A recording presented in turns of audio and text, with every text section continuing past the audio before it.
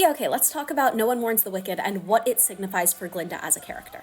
Fair warning, this is going to be long. Also, fair warning, I'm probably going to talk about both Act 1 and Act 2, so if you don't want spoilers for that second movie, I don't know, go away, go listen to the full soundtrack, do what you're going to do. No One Mourns the Wicked is a brilliant introduction to what we as the audience know and understand to be a tragic story because it starts at the end and then allows us to watch the bulk of the story, the bulk of the tragedy, as a flashback through Glinda's eyes with empathy for Elphaba, knowing perfectly well that it will not change the ending, it will not ultimately alter the way that the Munchkins she is singing to feel about Elphaba. At most, it will alter how they feel about Glinda, because she is revealing some of her worst behavior, in addition to her friendship with Elphaba, who is at that point considered the Wicked Witch of the story, the villain. But even then, Glinda is already so revered, so popular.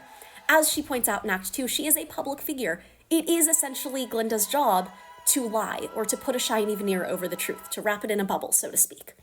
In a lot of ways, No One Mourns the Wicked is one of the strongest songs in the show lyrically. Stephen Schwartz is, at heart, a very clever lyricist, sometimes too clever for his own good. So let's take a look at what I consider to be the three most important bits of the song.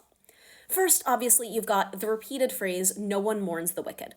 We know by the end of the show that that's not true. Whoever you interpret as being the wicked one that the show and its title and this song are talking about, the final message is that someone always mourns them and their loss in the world. Glinda mourns Elphaba, Elphaba mourns what has become of Glinda and Nessa. Nessa Rose grieves what's left of herself before the house is dropped on her. That's the whole point of Wicked Witch of the East, which I wish that song was on the official soundtrack. So you can read the phrase a few different ways. The surface level, which is a lie, that no one mourns the wicked. Or you can add a comma. No one mourns the wicked. Or you just add a letter, change nothing about the pronunciation, and it becomes no that one mourns the wicked. Second, I want to clarify something about the song, which is that when the lyrics say goodness, they are referring to Glinda, Glinda the good. So the line goodness knows is Glinda knows. The line we know what goodness is we know that Glinda is good. In addition to what goodness is, we know what Glinda is.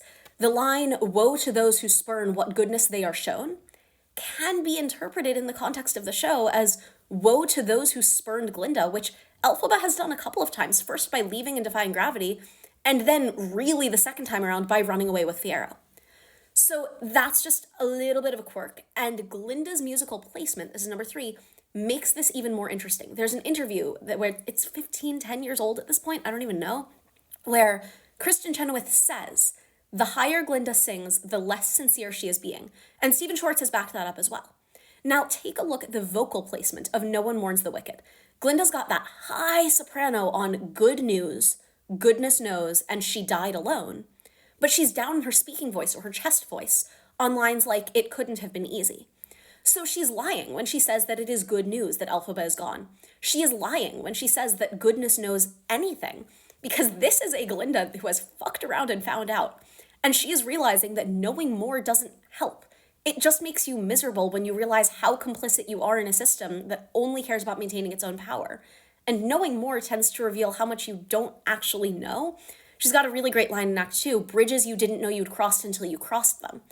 And these are active choices she's made that have put her in this position. And while she's not lying about Elphaba being alone or being gone, despite what the audience knows by the end of the show, because Glinda doesn't know that Elphaba is alive, or that she wasn't alone, and she is lying about the celebratory tone of it all. By this point, she is lying to herself about being good. Because we know full and well by this point in the story, though of course not in the show, that Glinda is not good. She is fully complicit in a bad system, and she has chosen that system above the relationships and people that she cared about. So that's where you get the really high soprano notes, and with them, the indistinction that comes from singing that high. Now, some of what I find really clever about the movie's take on this is medium rather than acting or directorial choice.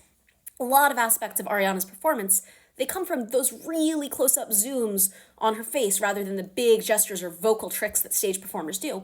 But it is phenomenally well done, and I honestly would not be surprised to find out that it's the last thing they filmed, because it feels post-Act 2 in a way that the stage show doesn't always. Anyway, that is enough nerding out for one video.